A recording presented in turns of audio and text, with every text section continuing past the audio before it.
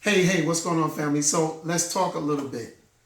One of the reasons why, the main reason why I left Wall Street, why I up and quit one day with no job, that was faith. I had faith. For some reason, something shifted, and I decided to take the faith out of the guy in the corner office and place it on me. I had faith that whatever was in me was going to reveal itself and get me to where I wanted to be. I had faith that I was able to have the life that I wanted to, irregardless whether if I separated myself from that company. I was there on that company for more than 10 years. And you know what I realized? In 10 years, I was still broke. In 10 years, and when I say broke, I don't mean I didn't have money. I meant that I didn't have the type of money to where I could actually not work and still have money. I had to keep running and going back and forth to work in order to get the money.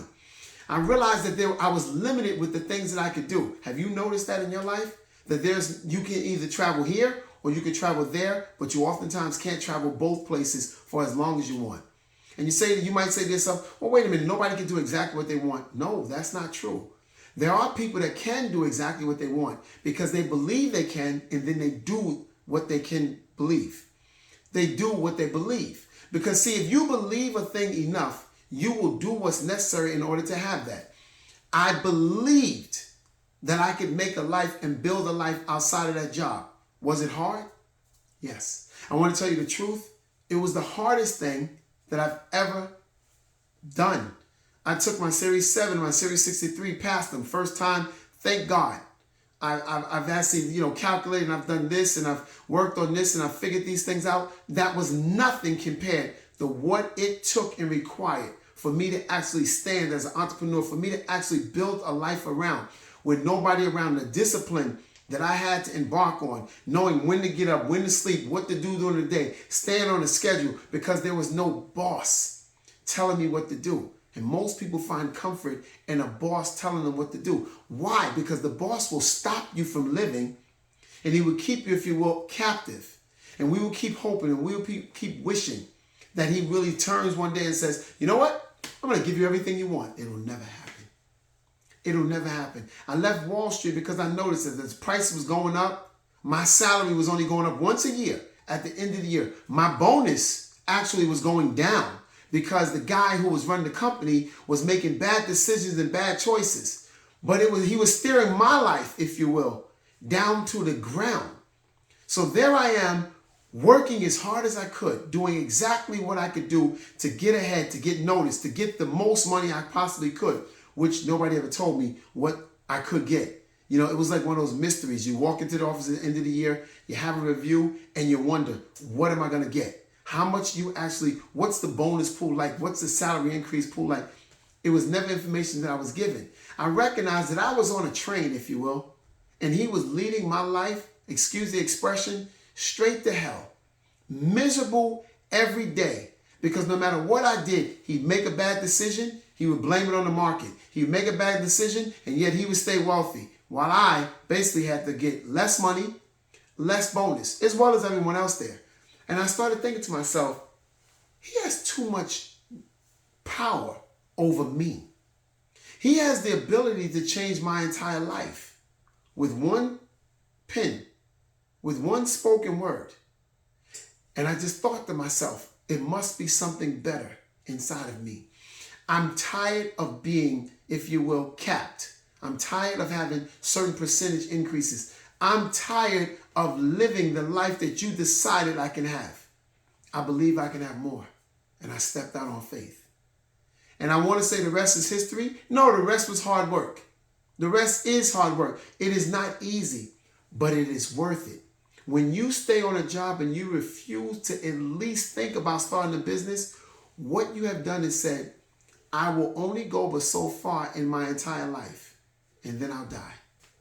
Even if you get increases every job, because I know guys who have been on their city jobs and they get increases and they do this and they work really, really long hours. And then when they want something extra, they work longer hours. I'd rather work smarter than harder. I'd rather work using my mind, which incidentally, I was called to be a conductor. I was called to be a bus driver and declined them both because I wanted to use my head. How is that for prophetic? How is that for prophecy? because I got on a position using my head and then left that position to use my head even more. Though I didn't know why, it was just in my heart to do. My question to you is, what's in your heart to do? What type of business is in your heart to create? You can absolutely do it. Do you know that if you were walking a mile and you took one step every day and stopped, do you know eventually you would still reach that mile? It may take you longer, it will, than if you just walked as long as you can each day. But you would absolutely get to your destination.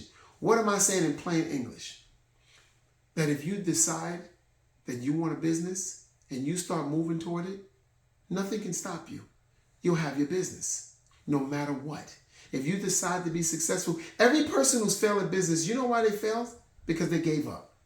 Every person that did not start a business, that wanted to start a business, you know why they didn't start the business ultimately? Is because they didn't do everything to start the business.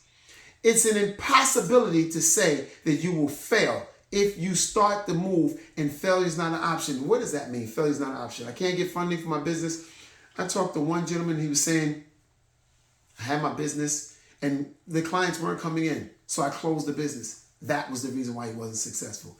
He closed the business. He didn't downscale. He didn't shift. He didn't sit to figure out why the business was failing and go after that or look for a different option. He decided to close it because why? It was easier.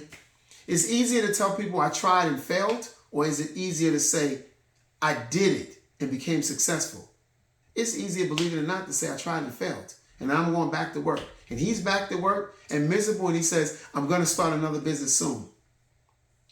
And I said, okay, I understand that. And then it's like, okay, what have you learned? And I gave him encouraging words as much as I could. But I understand, if you give yourself excuses, if you give yourself the right to fail it becomes easier to fail those around you.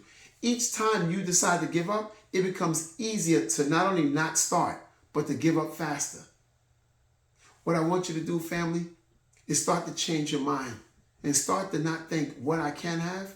Start to know what you can have. Anything you desire, you can have. You see all through the news on social media, women and men, they're 80-something years old, and they decided that they saw in their mind that they would be a high school graduate. Maybe they picked cotton when they were younger, had to go to work at 12 years old and walk 6 miles. Whatever the story was, they made up their mind that they would be successful graduate, that they would be a successful graduate. And at 89 years old, they finally got it. And what happens when you become successful? The road that it took to get there doesn't matter as much. During that road, you learn more. You become the person by doing what you have to do to where you can have what it is you have. It's crazy because the person that you want to be is wrapped up in what you do. When you want to be successful, you do things like read books and study and focus and commit yourself. And you pass on things like going out to eat with friends and chilling and relaxing and chillaxing and scrolling through social media for 20 minutes at a time, 6 different times in a day to make it 2 hours. You pass on those things and you go, you know what? I'm going to focus. I'm going to do what it is that I need to do now so that I can do what I want to do later. That's all it takes. And just don't quit. Whatever you do, don't quit. And you will succeed. You have my promise. I'm T Speaks. Like and follow, guys. Subscribe, because I will not quit until you decide that you can have what it is that you desire. And that is the will of God for your life. I'm T Speaks.